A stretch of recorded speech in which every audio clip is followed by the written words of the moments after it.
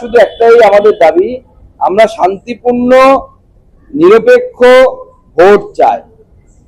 Commission শান্তিপূর্ণ নিরপেক্ষ vote করার, বাকি সব ওষুধ যা যা আছে আমাদের কাছেও আছে, চিন্তা আমরা সেগুলো সব দেবো।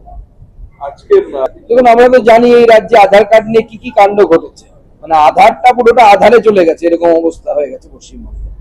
তো স্বাভাবিকভাবে সুপ্রিম কোর্টের নজর তো সেটা এড়াবে না।